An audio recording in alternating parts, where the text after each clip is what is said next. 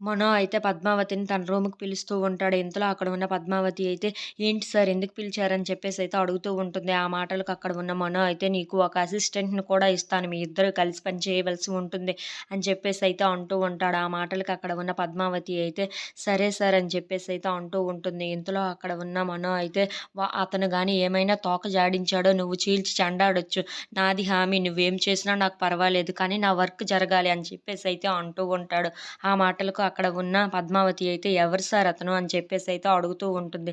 ఇంతలో అక్కడ ఉన్న మూర్తి గారిని పిలిచి అక్కడ ఉన్న మనో అయితే ఆ విక్కీని తీసుకొని రా అని చెప్పేసైతే అంటూ ఉంటాడు. ఆ మాటలు వినగానే అక్కడ ఉన్న పద్మావతి అయితే విక్కీనా అని చెప్పేసైతే అనుకుంటూ ఉంటుంది. ఇంతలో అక్కడ ఉన్న విక్కీ అయితే పద్మావతి దగ్గరికి వస్తూ ఉంటాడు.